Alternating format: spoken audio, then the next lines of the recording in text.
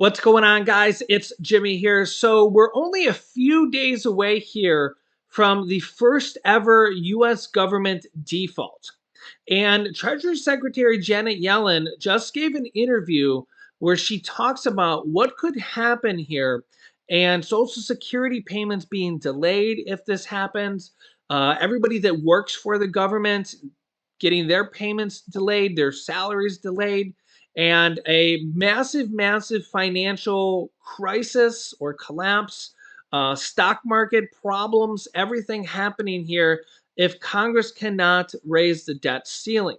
And the problem here is that Republicans and Democrats are on completely opposite ends of the spectrum here with this. Also, she very reluctantly talks about President Biden invoking the 14th Amendment and if he may have to do this if Congress can't raise the debt ceiling in this interview as well, which is a very, very interesting proposition here. So here is Treasury Secretary Janet Yellen with the process or the thought process on all of this happening here and even Social Security payments being delayed. So take a listen to this and let me know your thoughts here in the comments. We're joined now by the Treasury Secretary, Janet Yellen. Madam Secretary, thanks for joining us this morning. Let's start out with the timeline now of this possible default. You said earlier this week that you expect that it could come as early as June 1st. I know you get new information every day. Is that still your best estimate? Yes, early June is when we project that we will run out of cash, and there is a chance it could be as early as June 1st. Of course, there is a lot of uncertainty, and I plan to update Congress as new information becomes available, but that's still our current thinking. Are there extraordinary measures you can take around that time, or is that it?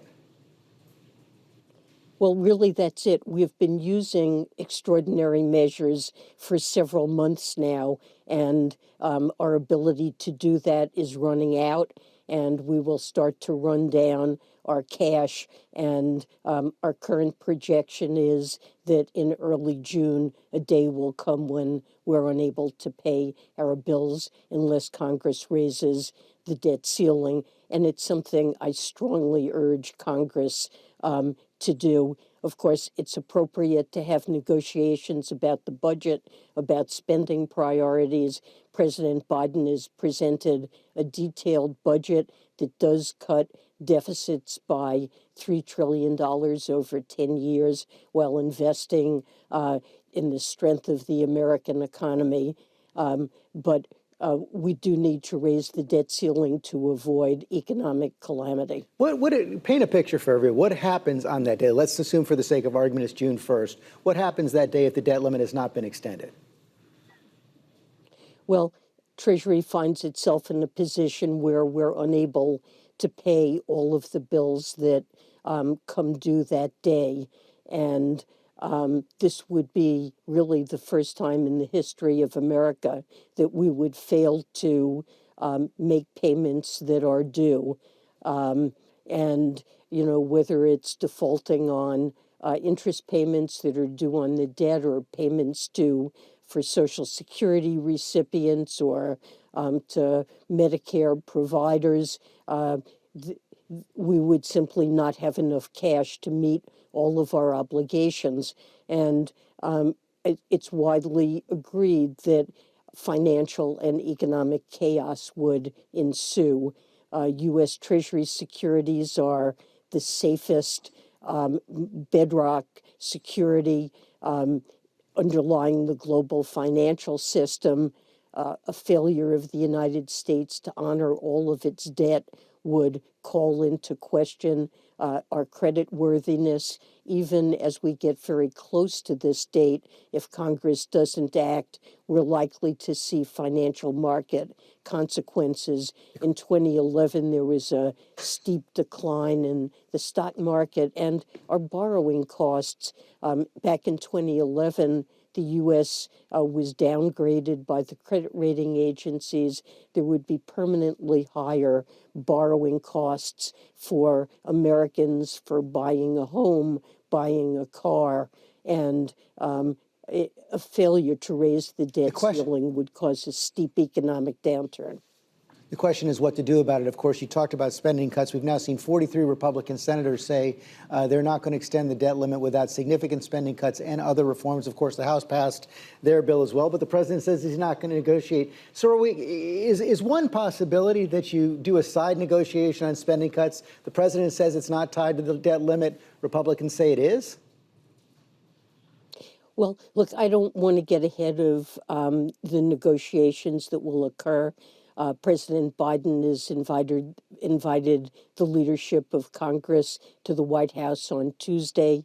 I know he wants to set up a process in which spending priorities and levels are discussed and negotiated, but these negotiations should not take place with a gun really to the head of the American people, because But they are taking place with that gun to the head of the American people.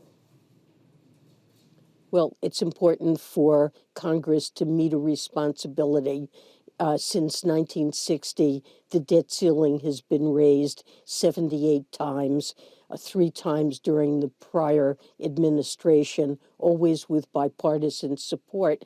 And it simply is unacceptable for Congress to threaten economic calamity for American households and the global financial system as the cost of raising the debt ceiling and getting agreement on budget priorities. But of course, a negotiation about spending levels and priorities should take place, and the president is more than prepared to engage in that negotiation. Of course, there's always the chance with this kind of negotiation, this kind of brinksmanship, that you don't reach a deal, and then it comes back to the president. He said on Friday night that he's not ready to invoke the 14th Amendment. Of course, the 14th Amendment says that full faith and credit of the United States should not be questioned, and the implications of that would be, if he invoked it, is the United States would just continue to issue debt, saying it's unconstitutional not to. Now, the president said he's not ready to do that, but it didn't seem like he took it off the table. So is it still a possibility? Look, our priority is to make sure that Congress does its job. There is no way to protect our financial system and our economy other than Congress doing its job and raising the debt ceiling and enabling us to pay our bills. And we should not get to the point where we need to consider whether the president can go on issuing debt. This would be a constitutional crisis. But is it on the table? Is it something that could be considered? Are you saying, you just said there's no way this can be done without Congress? Is that a hard and fast position that the president will under no circumstances invoke the 14th Amendment? Look, all I want to say is that it's Congress's job to do this. If they fail to do it, we will have an economic and financial catastrophe that will be of our own making.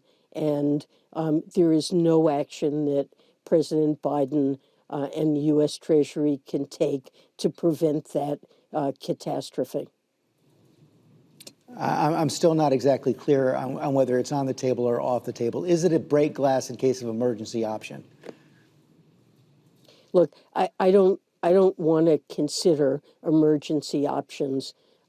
What's important is that members of Congress recognize what their responsibility is and avert what will surely be, regardless of how it's handled, what option is used to handle it, an economic and financial catastrophe. It sounds like you're saying you don't want to, but you may have to. Well, what to do if Congress fails to meet its responsibility? There are simply no good options. And the ones that you've listed are among the not good options. A final question. I want to ask you a question about the banking crisis. We've seen 3 bank failures this year. 2 more regional banks appear to be on the edge. Do you still believe that our banking system is strong and resilient? We don't have a systemic problem? I do believe that. I believe our banking system has strong capital levels and access to liquidity. We've taken decisive action to make sure that difficulties at a few banks don't create contagion that undermines the confidence of depositors in the safety of their deposits in the banking system.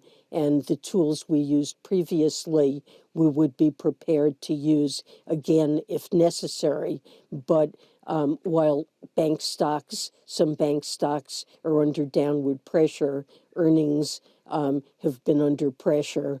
The banks have access to liquidity and are well capitalized, and I have confidence in the overall strength of the banking system. By the way, those regional banks having massive problems right now are PacWest Bank. Thus, their stock plunged nearly 50% on Thursday after the company confirmed reports that it was considering strategic options that may include the possible sale of the company. Dropping 50% in one day is an absolute fire sale. That bank has about $44 billion in assets, which is still a considerable amount of money. Other signs of problems, TD Bank Group and First Horizon Corp said they called off a planned merger, citing regulatory hurdles. Western Alliance shares were down 39% when trading was halted. Phoenix-based bank put out a statement overnight saying it was not experiencing any withdrawals, but they had to readjust its balance sheet underway. Also, Zion's Bank Corp dropped 10%, Comerica fell 12%, and KeyCorp fell more than 6% as well. Yeah, so a lot of volatility in a lot of banks right now as yeah, it's kind of the sky is falling type of scenario here in a literal run on the banks. And if we get closer to a default, or if we see a default happen, it's going to be bananas and not in a good way. And if we have to see a type of actual default situation, there's going to be a lot of toxic assets. Will Biden be able to step in with the 14th Amendment? We don't even want to see that happen. But the problem here is Republicans and Democrats have a lot of negotiating to do in a little bit of time. And I'll keep you up to date here with all of this here on our channel, as well as everything else going on here in our country on a daily basis. So if you haven't yet, make sure to click the subscribe button down below, click the bell icon so you don't miss out on any new videos. It's completely free to do so. New videos come out here every day at 10 a.m., 3 p.m., and 8 p.m. Eastern Standard Time. Let me know your thoughts here in the comment section. And thank you so much for liking and sharing these videos. Here's some videos you should watch next. Here's the major decision that the Fed just made that's going to affect millions of Americans. And here's the other video about Biden enacting the 14th Amendment, which explains more details on it. So click on one of those videos next. Thanks for watching, guys, and I'll see you in the next video.